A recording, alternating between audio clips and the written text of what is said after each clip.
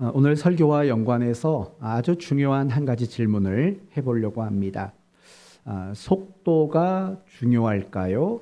아니면 방향이 중요할까요? 여러분이 중요한 걸 하나를 선택한다면 속도를 선택하시겠습니까? 아니면 방향을 선택하시겠습니까? 사실은 속도보다 중요한 것은 방향입니다. 가끔 뉴스를 보면 참 납득되지 않는 뉴스들이 나옵니다. 예를 들면 고속도로를 역주행으로 달리는 차가 있었다라고 말하는 뉴스들도 있습니다. 여러분 생각해 보십시오. 고속도로는 100km로 달리는 도로입니다. 그런데 같은 100km인데 이 도로를 역주행한다고 생각해 보십시오. 그게 얼마나 위험천만한 일이겠습니까? 사실 중요한 건 내가 얼마나 빠르게 달리느냐가 중요하지 않습니다. 정말 중요한 것은 내가 얼마나 안전한 길로 가느냐, 내가 얼마나 올바른 방향으로 가고 있느냐, 그게 중요한 거죠. 여러분이 어떤 목적지를 향해 갈 때 속도를 높여 운전을 한다고 생각해 보십시오. 그러나 그 방향이 옳지 않으면 여러분이 속도를 올리는 것만큼 여러분은 딴 길로 갈 수밖에 없는 겁니다. 따라서 속도보다 중요한 것이 있다면 그것은 방향이라는 겁니다. 그러므로 우리가 신앙생활을 할 때, 특별히 우리가 나의 신앙을 점검할 때 속도를 점검해야 될까요? 아니면 방향을 점검해야 될까요? 어느 것이 맞겠습니까? 당연히 내 속도가 아니라 내 방향을 점검하는 것이 신앙의 가장 올바른 모습이어야 하는 겁니다. 그러나 많은 그리스도인들은 이 부분에서 실수를 합니다. 나의 속도는 얼마나 될까? 이 속도라는 말을 다른 말로 바꾼다면 나는 얼마나 열심을 내고 있는가라고 나의 속도를 점검하고 싶어하는, 그래서 속도가 빠르면 나는 신앙생활을 잘하고 있다라고 그렇게 생각하는 경우들이 사실은 많이 있다라는 거예요.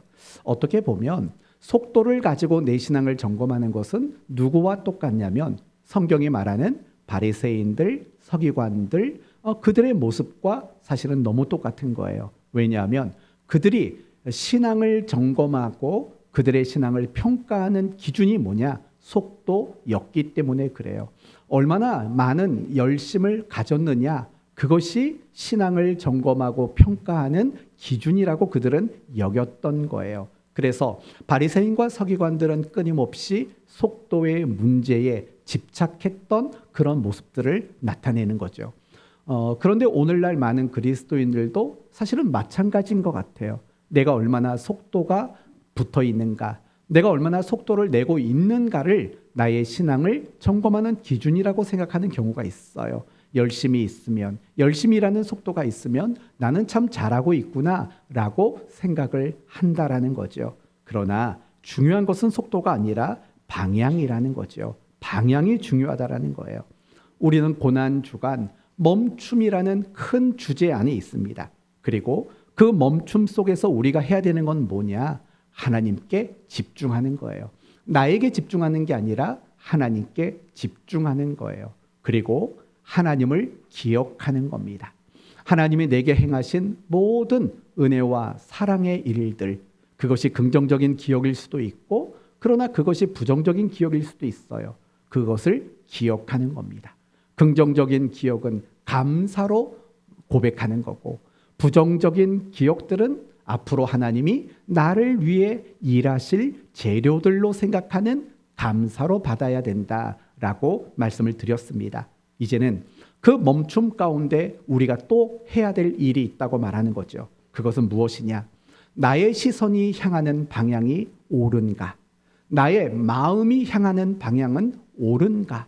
나의 발걸음이 향하는 방향은 과연 옳은가? 그것을 점검하고 그것을 하나님 앞에 묻는 그런 시간들을 멈춤이라는 시간 속에 가져야 한다라고 말씀하고 있는 겁니다. 저는 이 부분에 있어서 이렇게 표현하고 싶습니다. 우리가 고난주간이 되면 눈물을 흘리고 싶어 합니다. 그리고 고난주간에 눈물을 흘리면 왠지 모를 만족함도 듭니다. 그러나 여러분에게 단언하며 말씀을 드립니다. 여러분이 눈물을 흘리는 것보다 중요한 것은 여러분의 시선과 마음과 여러분의 발걸음이 향하는 방향을 점검하는 일들이 눈물 흘리는 것보다 중요하다는 것을 여러분 모두가 꼭 기억하셨으면 합니다. 오늘 본문 59절이 가장 중요한 구절일 겁니다. 59절을 보면 내가 내 행위를 생각하고 라고 말을 해요. 내가 내 행위를 생각하노라 라고 말하는 거예요. 이 말은 아주 가벼운 표현이 아닌 거예요. 내 삶이 어떤가 한번 점검해 볼게요. 이런 표현이 아니에요. 그럼 이것은 어떤 표현이냐? 이런 거죠. 나의 모든 행위들, 나의 모든 삶을 하나님 앞에 정직하게 숨김없이 펼쳐 놓겠다라는 그런 의미인 거죠. 여기서 조금 더 추가적으로 여러분에게 설명을 드린다면 내 삶을 하나님 앞에 내놓을 때 변명거리를 생각하지 않고 내놓겠다라는 거예요. 내가 내 삶을 하나님 앞에 내놓을 때 어떤 핑계거리를 찾지 않고 내놓겠다라는 거예요. 내가 내 삶을 하나님 앞에 내놓을 때 내 자신을 합리화할 수 있는 어떤 계획을 가지고 펼쳐놓지 않겠다라는 거예요. 정말 중요한 것은 나의 모습을 하나님 앞에 있는 그대로 어떤 변명도 핑계도 합리화도 하지 않는 그 정직한 상태에서 하나님께 내 모든 삶을 펼쳐 놓겠다라는 거죠. 왜 내 삶을 펼쳐 놓습니까? 뭘 하기 위해서요? 점검받기 위해서 그러한 일들을 하겠노라 라고 시편 기자는 이야기하고 있다라는 거예요. 사랑하는 성도 여러분, 이게 바로 고난주간 우리가 해야 될 일이라는 거예요. 나의 모든 행위들, 나의 모든 삶을 하나님 앞에 변명도 핑계도 합리화도 개입하지 않도록 그것을 하나님 앞에 정직하게 보여드리는 거죠. 나타내드리는 거죠. 그리고 하나님 앞에 점검을 받으려는 이 신앙의 자세가 바로 멈춤이라는 기간 가운데 우리가 해야 할 일이라는 겁니다. 그러나 이 일은 결코 쉬운 일은 아니에요. 왜 쉽지 않을까요? 우리 인간이 가지고 있는 본성 때문이에요. 우리가 가지고 있는 본성은 뭔데요? 핑계와 변명과 자기 합리화를 하고자 하는 것이 인간의 본능이에요. 가장 대표적으로 첫 사건이 뭡니까? 아담과 하와의 사건이에요. 아니 아담아, 너 그거 왜 따먹었니? 했더니 아담은 뭐라고 말했어요? 당신이 만든 여자가 주어서 먹었습니다라고 합리화, 변명, 핑계라는 걸 합니다. 그러면 여자에게 묻습니다. 너는 그거 왜 먹었니? 그랬더니 뱀이 나를 유혹해서 뱀이 나를 꿰어서 먹었습니다. 사실은 그 말 속에도요. 하나님이 만든 그것 때문입니다. 라는 변명과 핑계와 합리화가 그 속에 담겨져 있다라는 거예요. 결국 인간은 이래요. 그래서 나중에는 아담과 하와가 동산 숲풀 사이에 숨었잖아요. 왜 숨었어요? 빨개 벗어서 부끄러워서 숨었죠. 근데 뭐라고 말하냐면 너 왜 숨었니? 라고 말했을 때 그들은 자기가 죄를 지어서 부끄러워 숨었다고 말하지 않고 벌거벗어서 창피해서 숨었다라고 또 합리화를 하게 됩니다. 이게 바로 인간의 본성이에요. 그래서 여러분 변명 없이 핑계거리 없이 내 삶을 하나님 앞에 있는 그대로 펼쳐놓는다는 건 쉽지 않은 거예요. 내 본성이 그걸 원하지 않거든요. 자꾸 내가 뭐 잘못한 거 있으면 변명하고 핑계대고 합리화해서 내가 잘못한 것들을 최소화로 축소시키고 싶은 마음들이 우리의 본성이기 때문에 쉽지 않아요. 그리고 또 쉽지 않은 이유가 있어요. 그게 뭐냐? 나의 허물이 들통나잖아요. 물론 내가 하나님 앞에 내 삶을 펼쳐놓지 않아도 하나님은 내 삶을 알아요. 그러나 내가 정직하게 그것을 펼쳐놓으면 하나님 앞에 모든 게 들통나거든요. 부끄러움을 느끼거든요. 그러면 그 순간 우리에게 무엇이 찾아오냐면 고통과 절망과 실망과 좌절이 찾아와요. 그리고 그런 감정들이 나를 찾아오면 우리는 도망치고 숨고 싶은 마음들이 생기게 된다라는 거예요. 그래서 우리는요, 하나님 앞에 내 삶과 내 행동의 모든 것들을 있는 그대로 펼쳐놓는 일들을 우리는 하지를 못하게 되는 거예요. 그게 두려우니까. 부끄러움을 당하고 내가 괴로운 게 두려우니까 펼쳐놓지 못하는 거예요. 마치 저는 건강검진과 같다고 생각해요. 여러분 건강을 검진하는 건 우리한테 굉장히 유익한 거잖아요. 만약에 혹시라도 내가 어디 아픈 데가 있으면 그거 빨리 찾아서 고치면 그거 얼마나 좋은 일이에요. 그런데 건강검진을 하는 사람들 치고 한 사람도 마음 편하게 건강검진하는 사람이 없어요. 다 무슨 마음이 들죠? 요 며칠 전부터 배가 사르사르 아픈데 나 혹시 대장암 아닐까? 이런 생각을 해요. 요즘에 자꾸 소화가 잘 안 되는 것 같아. 그럼 뭘 생각해요? 나 위암인가 봐. 뭐 그런 생각을 해요. 나는 자도 맨날 피곤해. 그럼 뭘 생각할까요? 난 간암인가 봐. 이렇게 우리는요. 건강검진을 하기 전부터 괜히 쫄아요. 뭔가 잘못될까 봐. 그 건강검진이라는 것 자체는 너무 중요하고 좋은 건데 우리 마음이 그걸 부담스러워해요. 그러다 보면 건강검진을 자꾸 안 하게 되고 미루게 돼요. 그럼 나중에는 어떻게 돼요? 더 큰 문제가 일어날 수 있는 거죠.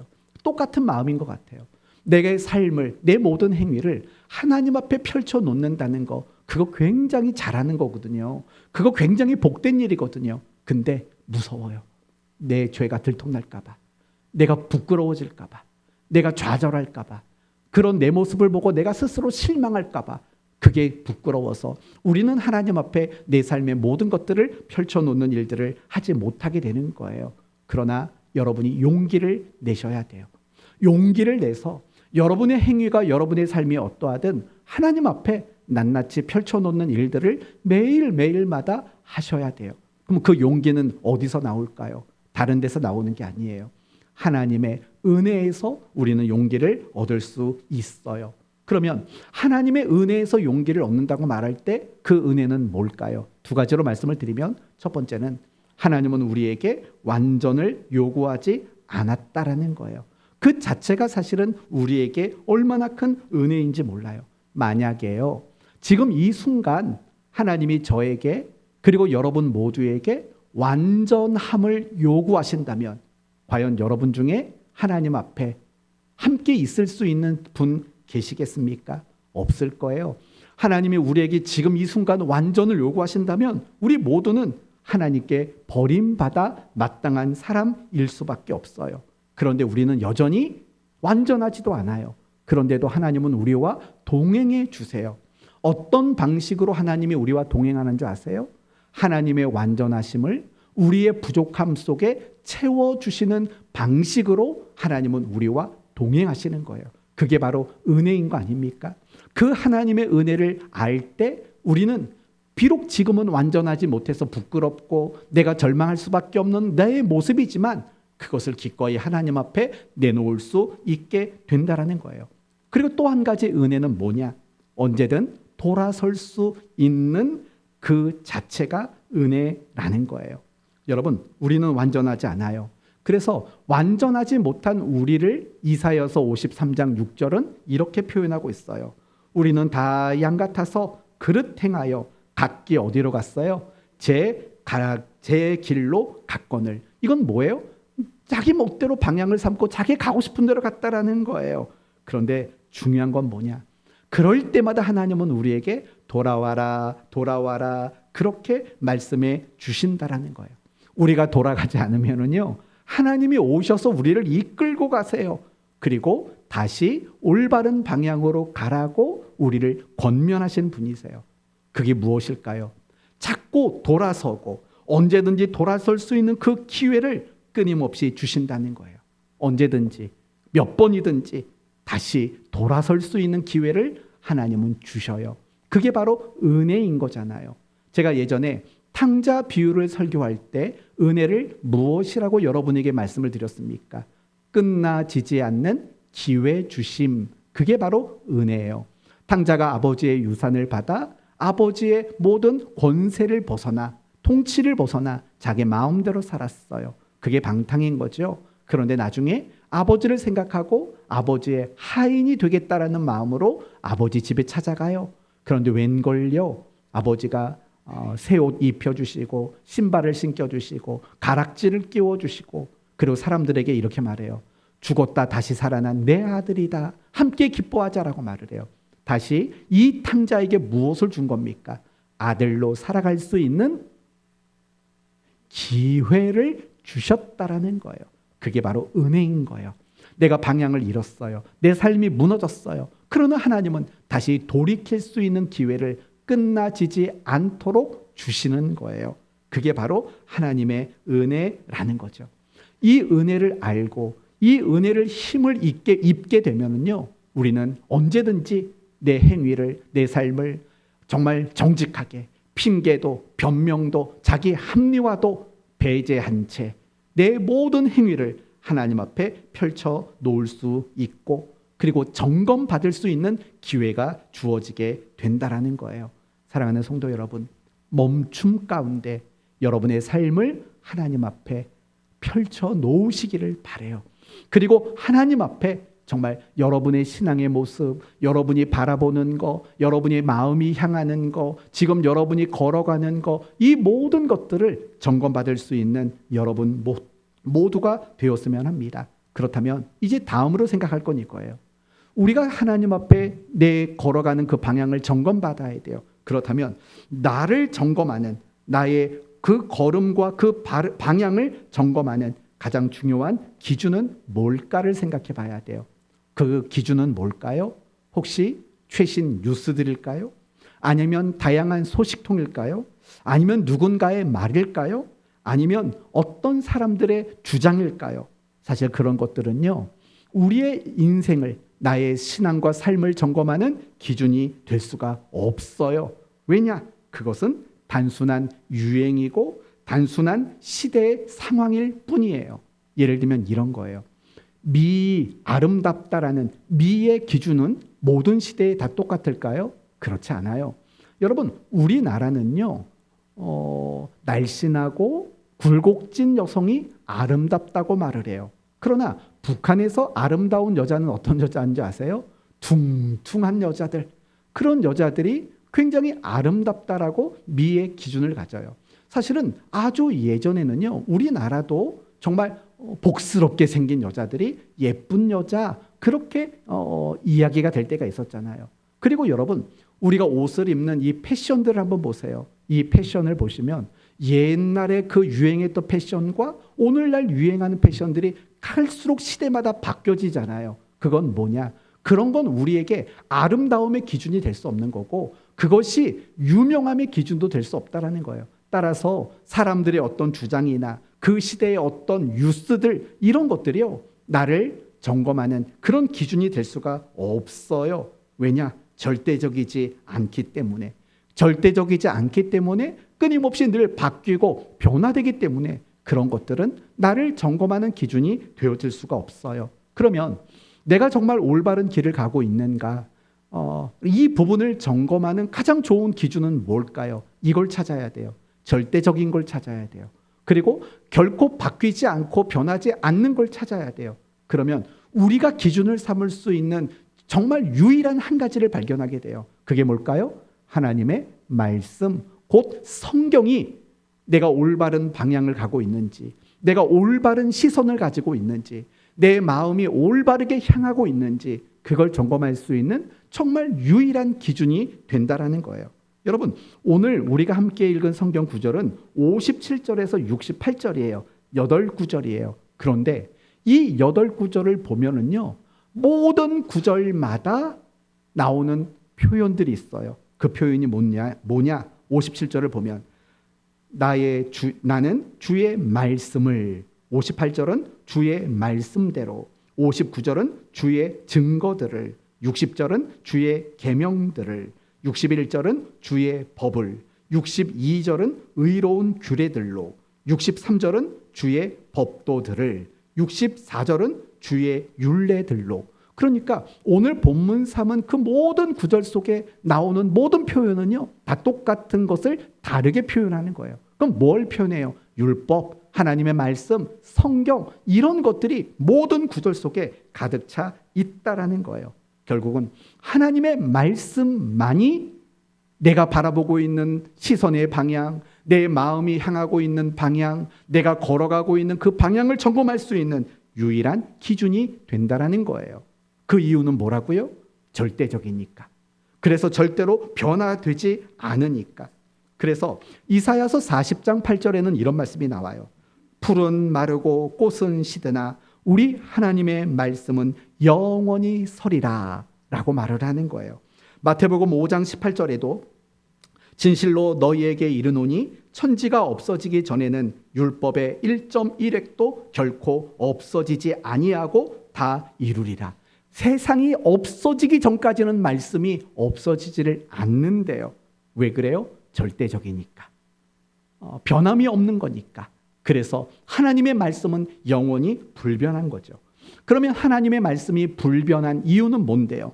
디모데후서 3장 16절 이하를 보면 모든 성경은 그다음 뭐죠? 하나님의 감동으로 된 것이기 때문에 라고 이야기하고 있어요. 그러므로 성도 여러분, 여러분에게 바라는 것은 이런 거예요. 여러분이 속도에 집착하지 않았으면 좋겠어요. 그리고 여러분 모두가 속도가 아닌 방향을 주목하는 신앙이 되었으면 좋겠습니다. 그걸 날마다 점검해야 돼요. 오늘도 내일도 모레도 우리는 매일매일마다 점검해야 하는 거예요. 그러나 점검만 가지고는 되지 않아요. 질문을 하셔야 돼요. 하나님, 오늘 내가 걸은 그 길이 맞는 길이었습니까? 내일 내가 걸어가야 하는 그 길은 무엇입니까? 하나님이 나에게 이끄시는 그 길은 어디입니까? 라는 질문이 필요해요. 내가 하나님의 말씀을 가지고 정말 내 방향을 점검하는 것, 더 나아가서 하나님 앞에 내가 가고 있는 그 방향을 물어보는 그 물음이 우리에게 필요하다라는 거예요. 여러분, 우리가 신앙생활을 정말 잘하기 위해서 필요한 것이 있다면 저는 오늘 이렇게 대답하고 싶어요. 좋은 질문을 하는 것이라고 말씀드리고 싶어요. 지금 이 시대는요, AI 분야가 폭넓게 급성장하고 있어요. 정말 전 세계 사람들이 AI에 집중하고 열광하고 있지 않습니까? 그래서 그것과 더불어서 나오는 이야기는 이거예요. 그러므로 이 시대는 어떻게 질문할 것인가가 핵심 역량이다라고 이야기를 해요. 여러분, 대기업에서는요, 처음에는 AI를 사용하지 못하게 만들었어요. 그런데 시대의 흐름이 바뀌었는데 더 이상 그럴 수 없지 않습니까? 그래서 대기업 보고서에는 이런 것이 포함되도록 규정을 만들었대요. 뭐냐? AI를 썼다면 어떤 걸 썼느냐? 그리고 그 AI를 향해서 어떤 질문을 던졌느냐라는 그 어떤 질문을 했는가가 보고서에 반드시 기재되어야 하는 시스템으로 지금 바뀌어가고 있는 거예요. 우리 아이들도 마찬가지예요. 우리 학생들이 살아갈 시대는요, 오늘날과 비교가 되지 않을 거예요. AI의 분야가. 그렇죠? AI가 펼쳐내는 그 분야가 오늘날과 비교하지 않을 정도로 엄청날 거라고요.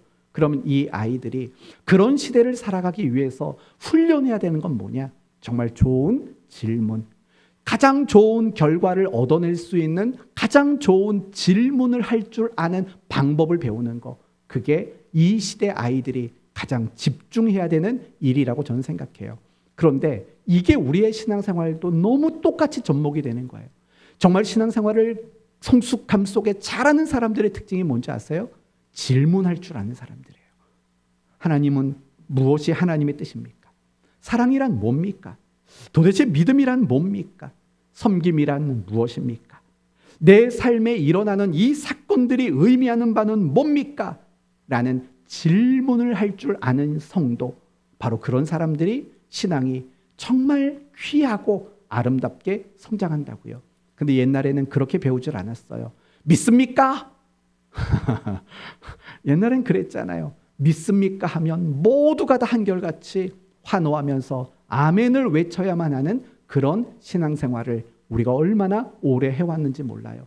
근데 그것이 무조건 틀렸다는 아니에요. 왜냐? 믿음이라는 건 그렇게 결단력 있는 확신도 분명히 필요하거든요. 그러나 그것의 폐단이 뭐냐면 질문할 줄 모르는 신앙이 되도록 만들었다라는 아쉬운 점이 분명히 남아있다라는 거예요. 여러분 신앙생활하고 있잖아요. 한번 생각해 보세요. 나는 하나님 앞에 질문이라는 걸 하고 있는가를 한번 생각해 보셔야 돼요. 하나님, 내가 지금 이런 어려움이 만났는데 이 어려움이 나에게 어떤 것을 의미하고 있을까요? 하나님은 도대체 이 일을 가지고 나에게 무엇을 말씀하기를 원하실까요? 하나님은 이 어려움을 통해서 나를 어느 자리로 이끌기를 원하시나요? 라는 이런 질문들이 여러분의 신앙생활 속에 있는지 생각해 보십시오. 그런 좋은 질문을 하지 못하면 그 사람에게는 어떤 반문이 나오냐면 원망과 불평이라는 반문이 나오게 되어 있는 거예요. 이 두 가지는 서로 반비례하는 거예요.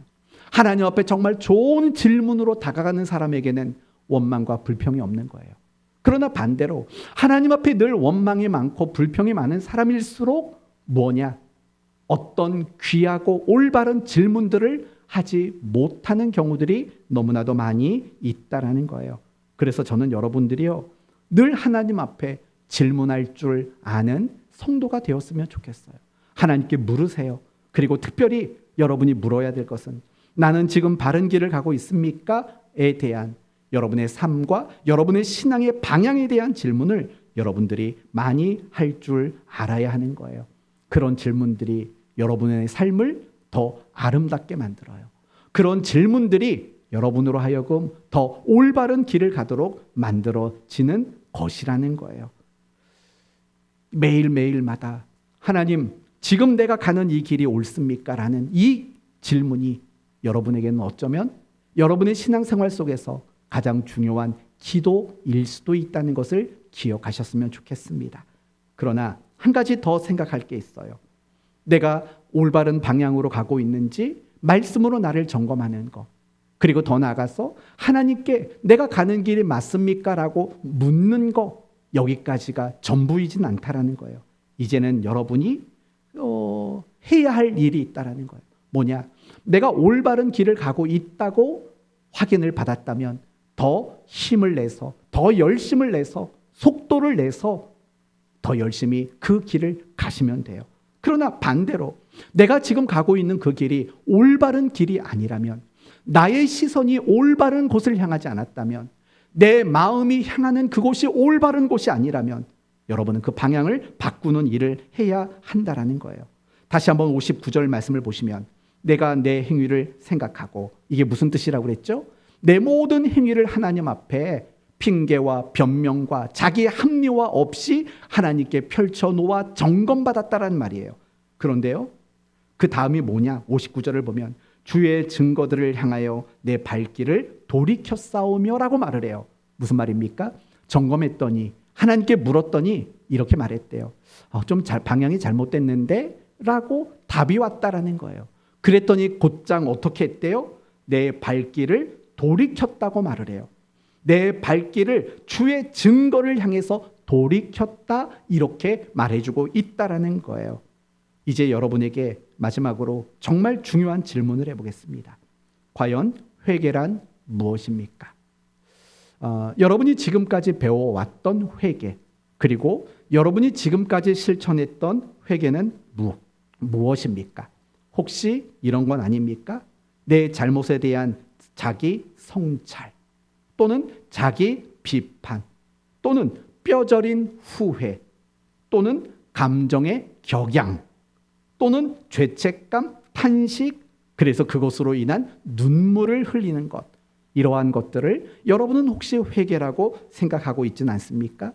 그러나 성경이 말하는 회개는 자기 성찰도, 자기 비판도, 또 뼈저린 후회도, 감정의 경향과 눈물도 회개라고 성경은 말하지 않습니다. 그러면 성경이 말하는 진정한 회개는 뭐냐? 방향의 전환이라고 성경은 그렇게 말하고 있어요. 내가 가는 그 방향이 틀렸음을 인정해요. 여기까지는 이미 살펴봤던 내용이에요. 그리고 올바른 방향을 찾아요. 여기까지도 우리가 살펴봤던 내용이에요. 그리고 이제 우리가 해야 되는 건 뭐냐? 그러면 내가 가는 방향이 잘못됐고 올바른 방향까지 찾았으면 그 방향으로 나를 돌이키는 방향의 전환, 이것이 바로 성경이 말하는 참다운 회개라는 거예요. 그래서 하나님은 늘 범죄했던 이스라엘 백성들을 향해서 이렇게 요구하셨죠. 너희는 다 내게로 돌아오라. 뭐 오라나 돌아오라나 오면 됐죠 뭐. 아무튼 돌아오라, 그렇게 말씀을 하는 거예요. 돌아온다는 건 뭐죠? 방향이에요. 여러분, 창세기를 보면 아담과 하와가 범죄고 그들이 에덴 동산에서 쫓겨나요. 어느 쪽으로 쫓겨났을까요? 에덴 동쪽으로 쫓겨나요. 그 재미있는 건 창세기를 읽다 보면 사람들이 계속해서 방향을 밟고 걸어가는 길이 어느 쪽이라고 말하냐면 동편으로 라고 말을 해요. 근데 더 재미있는 건 요한계시록을 보면 새 예루살렘 성전의 그 문이 어디를 향해 열렸냐면 동쪽을 향해 열려 있대요. 그러니까 사람들이 동쪽으로부터 도망가던 그들이 다시 동쪽으로 돌아오는 이야기가 성경 이야기죠. 그 돌아오는 그 중심에는 누가 계시냐? 우리가 잘 알고 있는 예수 그리스도, 그분의 십자가와 부활이 그 중심 역할을 하고 있는 거죠. 결국 중요한 것은 뭐냐? 회개는 단순한 탄식과 후회가 아니라는 거예요. 돌아오는 거예요. 그렇다면 아니 돌아오는 게 회개인 이유가 뭡니까? 이거에 대한 답을 얻기를 원하시면 죄가 무엇인가를 생각하시면 돼요. 누가복음 11장을 보면 여러분이 잘 아시는 주기도문이라는 내용이 나와요. 그런데 그 주기도문의 내용 중에 이런 말이 나오죠. 우리가 우리에게 죄 지은 모든 사람을 용서하오니 우리 죄도 사하여 주옵소서라는 구절이 나와요. 그런데요, 여기서 말하는 죄가 헬라어로 하마르티아라는 단어예요. 그런데 헬라어로 하마르티아라는 단어의 뜻은 뭐냐? 관역에서 빗나간다라는 거예요. 여러분 양궁이라는 거 아시잖아요. 올림픽에도 양궁이라는 종목이 있어요. 뭐죠? 관역을 향해서 화살을 쏘는 거예요.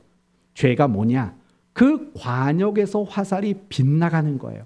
화살이 빗나갔다라는 건 뭐죠? 무엇을 잃어버린 거예요? 방향을 잃어버리고 방향을 상실한 거예요. 성경이 말하는 죄는 바로 하마르티아, 방향을 상실한 거예요. 그러면 죄가 방향을 상실한 거라면 회개란 뭘까요? 다시 그 방향을 돌이키는 게 회개라고 말하는 것이 너무나도 정당할 수밖에 없어요.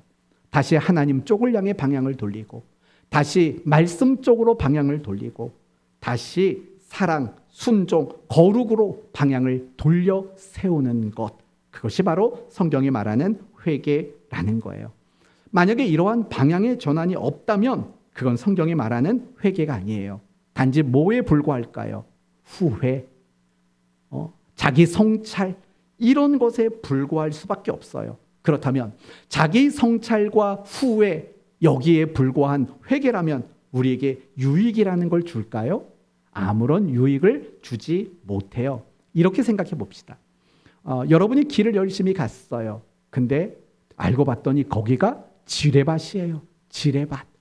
그럼 어떻게 하시겠어요? 내가 왜 지뢰밭에 왔지? 후회스러워. 나는 왜 이걸 판단하지 못해? 라고 탄식하며 그 자리에 계속 계시겠어요? 아니면 계속해서 앞으로 가시겠어요? 더 깊게 가시겠어요? 말도 안 되는 거잖아요. 멈춰 서야죠. 그리고 어떻게 해야 돼요? 뒤로 돌아서 나가야지요. 마찬가지인 거예요. 내가 지뢰밭에 와 있는데 내가 왜 여기까지 왔지라고 후회하고 탄식하는 건 여러분에게 아무런 도움이 되질 않아요. 그런데 회개도 마찬가지잖아요. 우리가 하나님 앞에 회개하는 걸 가만히 보면은요, 다 그거예요. 내가 지뢰밭에 왜 들어왔지? 이 멍청이 같아 나는. 이렇게 내 스스로가 후회하고 탄식하는 것만 반복한다고요. 아무것도 도움이 되질 않는 거예요. 그럼 어떻게 해요? 방향을 전환해야 되죠. 그럴 때 살 길이 열리는 거예요. 그럴 때 나의 생명이 보존될 수 있는 거예요. 그게 바로 성경이 말하는 회개라는 거죠. 이런 의미로 본다면 회개는 절망의 언어가 아니에요. 여러분, 많은 분들이 회개하면서 절망을 해요. 회개하면서 절망을 한다고요. 내가 또 이 죄를 지었습니다. 회개하면서 절망하고 회개하면서 자책한다고요. 그건 성경이 말하는 회개가 안 됐기 때문에 그래요. 정말 방향의 전환이라는 그 회개의 자리에 있지 않기 때문에 우리는 늘 절망하는 회개만 하고 늘 똑같은 죄를 반복하는 부끄러운 회개만 우리는 거듭하며 살아갈 뿐이라는 거예요. 사실은 성경이 말하는 회개는 우리에게 희망을 말해줘요. 성경이 말하는 회개는 우리가 후퇴하는 게 아니라 일보 더 전진하도록 만드는 게 성경이 말하는 진정한 회개의 의미라는 거예요. 나를 하나님 앞에 바르게 세워내는 거, 그게 바로 회개예요. 그걸 만들기 위해서 우리에게 필요한 결단은 뭐냐? 뒤돌아서는 거예요. 방향을 전환하는 거예요. 그것이 있을 때 우리는 이제 더 나은 길로 나아갈 수 있는 성도가 될 수 있다라는 거죠. 이게 바로 이 고난주간 멈춤이라는 이 시간 속에서 우리 모두가 반드시 해야만 하는 정말 중요한 신앙의 숙제라는 겁니다. 말씀을 마치겠습니다. 우리는 하나님의 은혜를 힘입어서 용기를 얻어야 합니다. 그리고 내 모든 행위와 내 모든 삶을 하나님 앞에 펼쳐 놓으셔야 합니다. 단 정직하게요. 변명 개입하지 않고, 핑계 개입되지 않고, 자기 합리화 시키지 않은, 정말 정직하게 내 삶과 모든 행위를 하나님 앞에 펼쳐 놓으셔야 합니다. 그리고 점검 받으셔야 하고, 말씀으로 점검하셔야 하고, 그리고 질문하셔야 합니다. 내가 가는 이 길 옳은 길입니까? 나는 지금 바른 길 가고 있습니까? 라고 질문하셔야 합니다. 그리고 답을 찾거든 결단하셔서 방향을 전환할 수 있는 여러분이 되셔야 합니다. 여러분의 방향 전환이 이루어질 때, 그리고 다시금 올바른 길을 찾아 걷기 시작할 때 그 길에서 나를 위해 죽으신 예수님을 만나게 될 것입니다. 그건 기쁨입니다. 그건 감사입니다. 그건 영광입니다. 그런 삶을 가능하게 하는 것은 진정한 회개, 곧 방향 전환 말고는 그것을 우리에게 선물로 갖게 할 만한 다른 것은 없습니다. 이제 질문하십시오. 하나님, 나는 바른 길 가고 있습니까? 내가 하나님 앞에 회개해야 될 것들은 무엇입니까? 정직하게 묻고 결단하는 여러분 모두가 되시기를 예수님 이름으로 축원드립니다. 아멘.